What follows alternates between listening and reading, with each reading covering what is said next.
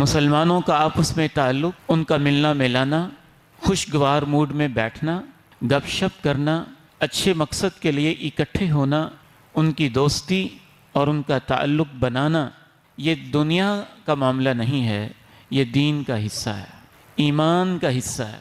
اللہ اور اللہ کے رسول نے اسے ایمان کا لازمی حصہ قرار دیا۔ وَالْمُؤْمِنُونَ وَالْمُؤْمِنَاتُ بَعْضُهُمْ أَوْلِيَاءُ بَعْضٍ۔ اہل ایمان مرد ایک دوسرے کے دوست ہوتے ہیں، اہل ایمان عورتیں ایک دوسرے کی سہیلیاں ہوتی ہیں، اور ان کی دوستی اور ان کے تعلق کی بنیاد کیا ہوتی ہے؟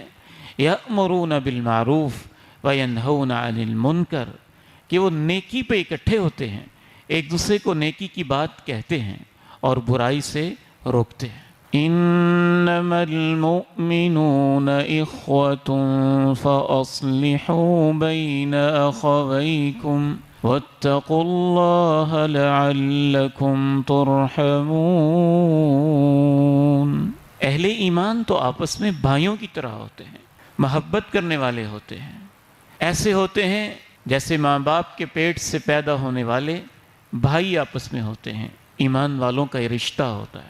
رسول اللہ صلی اللہ علیہ وسلم سے سنیے آپ کیا فرماتے ہیں۔ آپ ارشاد فرماتے ہیں واللہ لن تدخلوا الجنہ حتی تؤمنوا، مجھے اللہ کی قسم ہے تم جنت میں جا ہی نہیں سکتے جب تک تمہارے اندر ایمان نہ ہو۔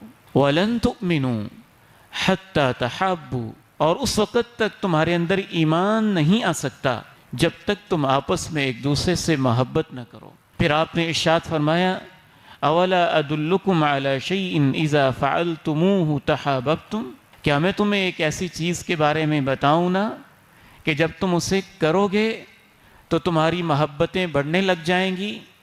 افشوا السلام بینکم، آپس میں ایک دوسرے کو کثرت سے سلام کہتے رہا کرو، آتے ہوئے السلام علیکم، دل سے اللہ تمہیں سلامت رکھے، جاتے ہوئے السلام علیکم، اللہ تمہیں سلامت رکھے، بازار میں گزرتے ہوئے السلام علیکم، اللہ تمہیں سلامت رکھے، ملاقات کے وقت السلام علیکم، اللہ تمہیں سلامت رکھے۔ تو ہمیں یہ سمجھنے کی ضرورت ہے کہ اہل ایمان کا آپس میں تعلق یہ ہمارے دین کا حصہ ہے، ایمان کا حصہ ہے۔